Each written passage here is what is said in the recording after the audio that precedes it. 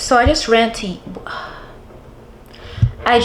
to rant to you about my accent for a while, okay?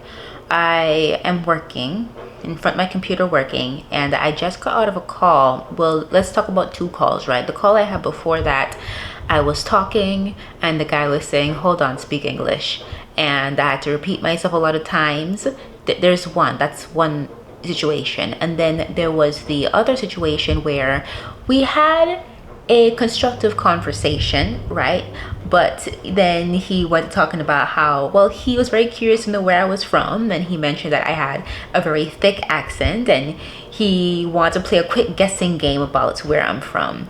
And he guessed Jamaica, and I am not. I am actually from the Virgin Islands. I was born in the Virgin Islands, but I grew up my tender years in Antigua, and I came to America when I was since elementary school. So I consider myself an everyday American girl, even though I don't sound like it. And that is the inner conflict that I have, right? I don't sound like I grew up here. And when I make certain expression, when I express myself in my head, I'm expressing myself like an American woman, like a typical American woman. And I realize it's not being interpreted as that. And it annoys me. Well, hold on, let me start here, right? It annoys me in many different ways. It annoys me because I do understand that because of my accent, I have struggles with speech, right? I talk fast. I talk at a pace where I sound unintelligible. And I think whatever's going on in my brain, there is a conflict where my brain has an accent, okay? My brain is wired with an accent, but it's also wired, it's like probably tricked itself to think I sound American. So sometimes when I speak, I often trip on my words because, yeah, I think you've seen it. I trip on my words because I feel like the pace where I am going has two cultures going on and it doesn't work together. For example, I don't know the terminology, but I'm pretty sure that the Caribbean accent has you talk from the tip of your tongue, but the American accent has you speak more from the back, right? Yeah, so I think my brain is wired two different ways. I think I'm talking from the back, but then there's another wiring where I am actually talking from the tip of my tongue, okay? And when it comes to communication, a conflict happens. I trip on my words a lot. I want to talk fast, but now I sound unintelligible. I've also seen it happen when I talk to my past sales manager, again, who has moved on. But sometimes when I'm rambling, of course, I'm going at a pace and I see him starting to get confused. And when I started to listen to myself speak, I noticed it was the same thing, but what the hell did I just say? I couldn't even understand what I was saying sometimes. So no surprise that everyone's having a hard time. So I'm just wondering, what do I do about it, right? I'm a little insecure about it in the sense where I want to make certain expressions and impressions as a regular American, as I've been raised. Does that make sense?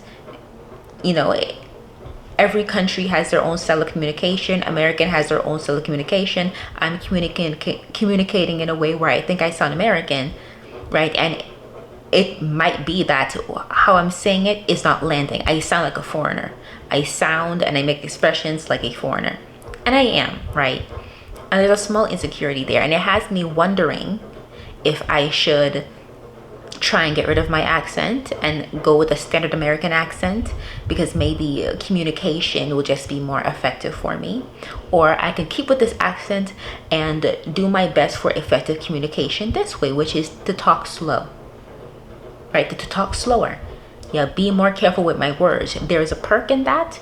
Because the more slower with your words means you have confidence. It gives the impression of confidence in what you're saying, that you don't talk fast. But as you can see, it doesn't sound natural to me. You know what I mean? That I have a slow pace of speaking. I don't know. Yeah, and I just want to document that conflict and see what is it I decide to do, because we have to get a hold of the speech. right? In a job where communication is extremely important, you know, first impressions is extremely important. Now it's more important than ever to my success that I can communicate. So we got to figure it out. You know, I'm leaning on taking pride in how I sound, accepting that I might always sound this way no matter how much I try to suppress it, because when I get emotional, when I go off in communicative abandon, my accent is always going to pop out. So might as well embrace it and learn how to communicate with it more effectively, right? But I'm also leaning on, will doors open to me, will ears open to me, will interactions be more familiar, right? Not treated as a foreigner, more familiar if I try to get rid of this accent and go with a more standard American accent. Like just let me try and do it now. Like speak from the back of my tongue, kind of like this. Maybe maybe you can still hear a little bit of accent, but you know, yeah. I'll let you know how I figured this out. I might need to the consultation of a professional. And I really hope as I was saying all this, you could really hear how I am struggling that. And I don't think it's a lisp. And you know what? This Invisalign probably has an influence on what's going on. So let's see after the Invisalign how well I do with communication, and then see what goes on. Hey, you guys, my memory card ran out of memory because I only have one. I have to get several if I'm going to do this YouTube hobby, but I just want to show off my Wingstop bag. This is the smallest Wingstop bag I ever got. I'm shocked at how small it is. It almost makes me afraid that my order is not correct. Hold on. Come on, baby. Fries. Okay, it is correct, and that's a good thing. Finally, Wingstop got the memo to save the planet. But listen, these fries, unacceptable, undercooked. They taste funny. I might just be a Karen and make a complaint on Uber Eats. Undercooked. Sour fries.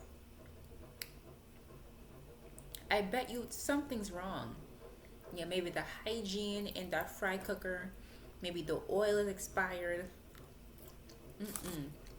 Something is... Those fries taste funny. It was stale, it was overcooked, it was burnt, didn't like the taste, issue at food temperature, food edible but packaging damaged, food inedible, inedible, okay. This drink spilled, quantity not satisfactory, okay. I think it's stale. Didn't like the taste. Didn't like the taste sounds like a wasn't my taste, didn't like the food. No, it's stale. It was stale. I'm gonna call it that. Something's not right with these potatoes. So I got a full refund, but I didn't mean to get that. Okay, I just meant for you to know that my fries taste horrible. Okay, you kind of overdid it, Uber Eats, but thank you, I guess. Listen, it's the 7th in the morning, okay? Where's the 6th? So let's just open what this 6 was supposed to be. And I guess I'll do the 7 tonight? Tonight? Yeah, tonight. Oh, that is so pretty! Oh my goodness! That is so pretty. Wow. It just keeps getting better and better.